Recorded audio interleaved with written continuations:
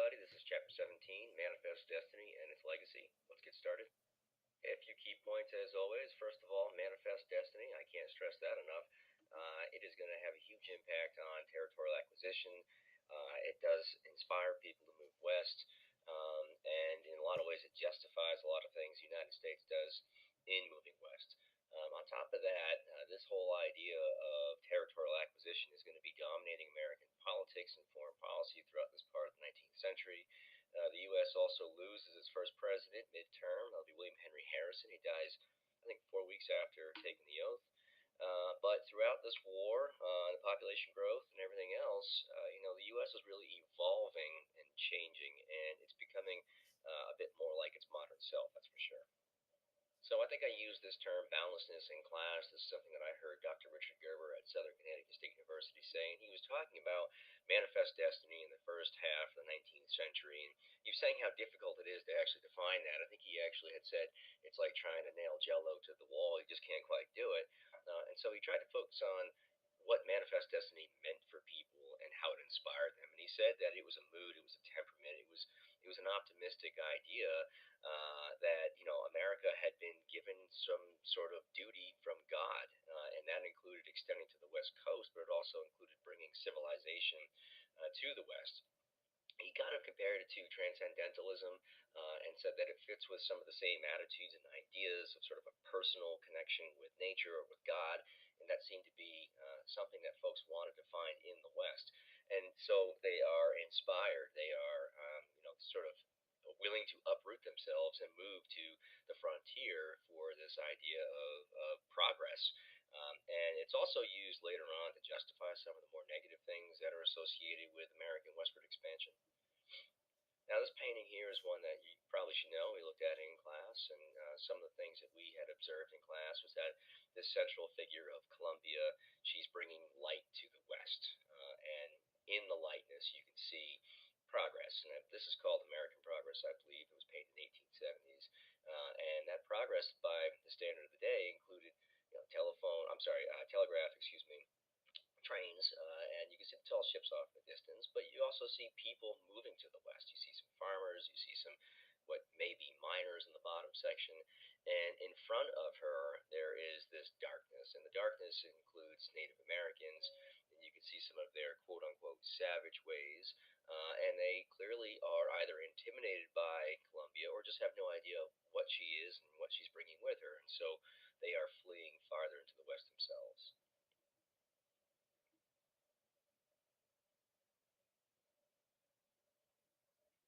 So we looked at this in class, and I just wanted to make the point that, while manifest destiny may have been coined in the 1840s as a term, the idea of national growth existed within the founding generation as well. And so you can see in Jefferson's first inaugural address, he's making reference to national growth and generational growth.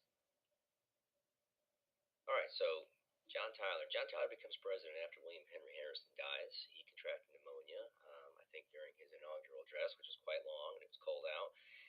John Tyler is sort of a member of the Old South, and he's officially a Whig, but he's really a Whig because of his dislike for Jackson. And so he's kind of at odds with all of his party members because of his Democratic views.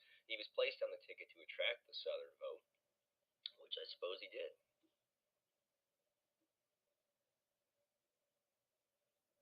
So as the pageant said, John Tyler was a president without a party. He's basically at odds with his big ideology that he's on the ticket for. They're pro-bank, pro-protected tariff, pro-internal improvements, and Tyler is not. He certainly is not pro-centralized bank. And as for the tariff, I know that he didn't like it. You can see below that he did sign the tariff of 1842 in the law because revenue was needed pretty badly. But he's really against all of the America system ideas that Henry Clay's been talking about for quite some time now. So fiscal reform was first on the list of things to do, and John Tyler does sign a bill to end the independent treasury. Now Henry Clay tries to go ahead and push through a bill for a fiscal bank, which is vetoed based on practical and constitutional grounds. And then Clay comes back with the bill for a fiscal corporation, which was also vetoed by John Tyler. He was notoriously anti-central bank. At this point, Tyler was formally kicked out of his party by the Whigs. Here he is. I did take an excerpt from this book by Oliver Perry Chipwood here, called John Tyler, Anthony of the Old South. And if you want to read through this, you can see just sort of who he is as a person. It's kind of interesting. He's the first president to become president because of the death of the incumbent. Apparently, he was a stickler for every syllable and letter of his given word, a fact which continually plunged him into hot water. I know our book says he's just committed to principle, and I tried to make the case in class that, while it's good to be committed to principle, that can sometimes have a negative impact as well.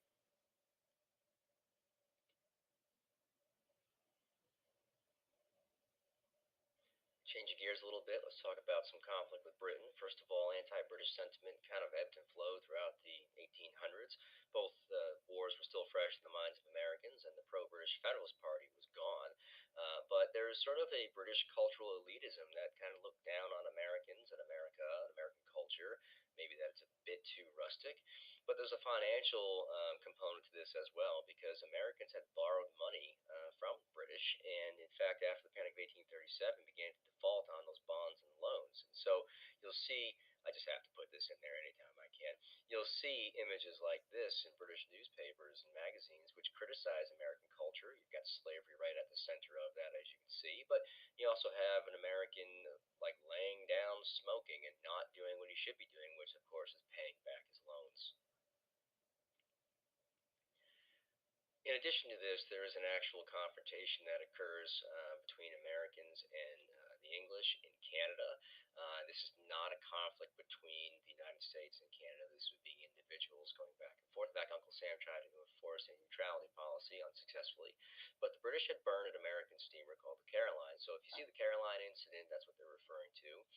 The press exaggerates this greatly, and I'm going to show you an image here that is not true, but on the Niagara River, this ship was burned. You can see it here going over the falls. You can actually see people going over the falls with it. Again, this is propaganda. This just adds to the anti-British sentiment. But while the ship was burned, it was burned, upstream, nowhere near the falls itself. Another example of conflict would be the Creole Incident, in which 130 slaves rebelled and captured a ship, the Creole. Britain had offered asylum to those slaves, and there's a fear that the Caribbean could become a safe haven for runaway slaves among Southerners, as had been happening in Canada.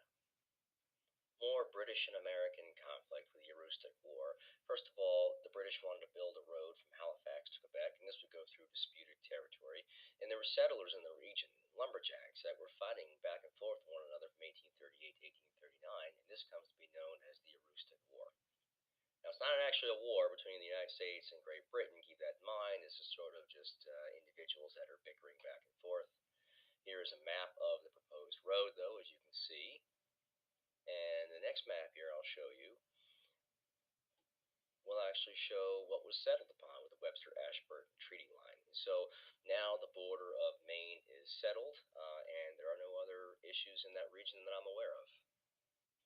I want to say first that Mexico didn't really recognize Texas's independence, and Texas, in its own right, was also negotiating with Britain and France. The English, the pageant tells us, would be excited about an independent Texas because it could stop the extension of the United States into the southwest portion of the continent. It also could be an independent source of cotton for Britain, which, of course, they imported a great deal of.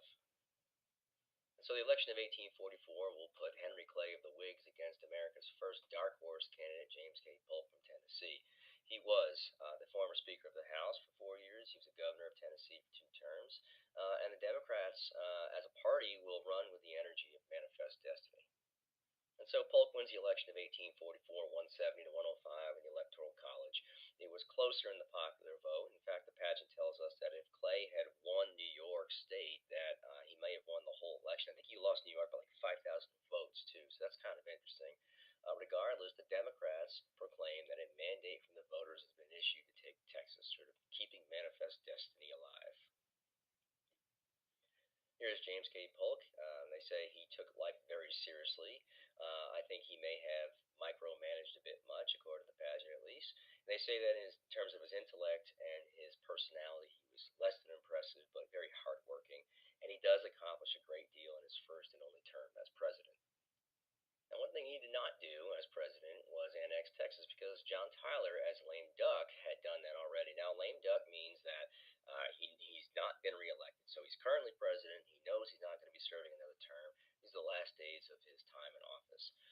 Tyler did this with a joint resolution, which required only a simple majority as opposed to a two-thirds majority. Now, this annexation of Texas would lead directly to war with Mexico.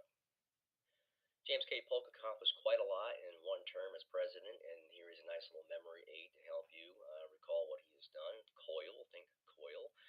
He settles disputes with California and Oregon. He also reestablishes the independent treasury and is able to lower tariffs with the Walker tariff.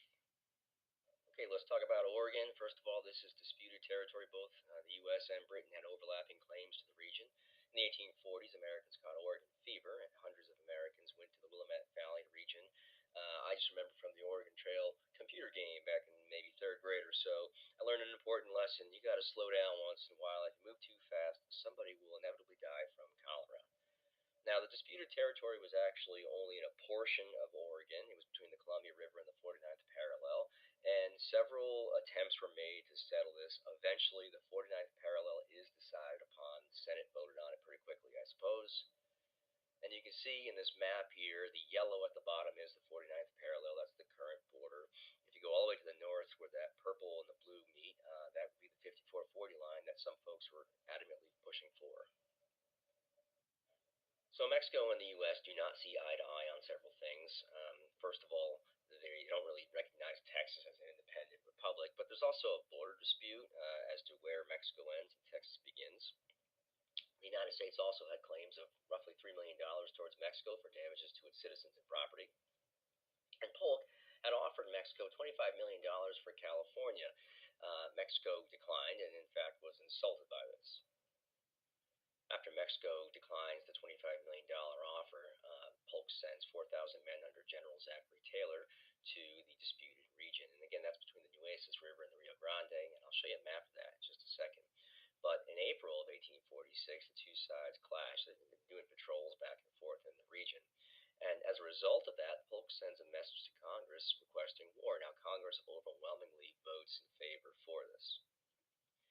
Here's a map to show that disputed territory. You can see the Rio Grande, the current southern border of Texas, and just above that you can see the Nueces River. So that right there is where the clash took place.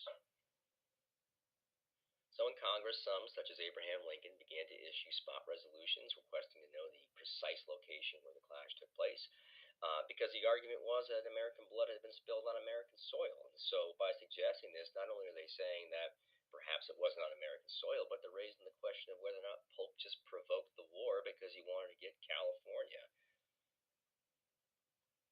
Here is Abraham Lincoln. His critics suggested he might die of spotted fever. So I don't think that they're going to ask many questions on the test about the actual fighting of the Mexican War, but in 1846, General Stephen W. Kearny led 1,700 troops along the Santa Fe Trail very successfully. Also, John C. Fremont happened to be present in California when the Bear Flag Revolt occurred in June of 1845, and California became an independent republic for a short amount of time. Also, General Zachary Taylor, future president, became the hero of Buena Vista and defeated a larger force led by Santa Anna. You might remember him from the Texas War for Independence. Okay, so the last push would be to Mexico City, led by General Winfield Scott. And after his success, Nicholas Trist is sent to negotiate the Treaty of Guadalupe Hidalgo, which in February of 1848 formally ends the war. As you can see, the U.S. not only acquires Texas, but also the Mexican cession. And I'm going to show you a map of that in a second here, but it does increase the size of the U.S. by roughly a third. The United States also agrees to pay a combined $18 million, give or take, to Mexico. Keep in mind that before the war began, they offered $25 million for California. And here is that Mexican cession. All of the area in green is now acquired by the U.S. Please note that the Gadsden Purchase comes later. That blue little sliver right there comes later on, I believe, for the hope of building a transcontinental railroad. Okay, so the war with Mexico will be a precursor to the Civil War. We've been talking about manifest destiny and territorial expansion and so forth, and a lot of that has happened under the presidency of James K. Polk.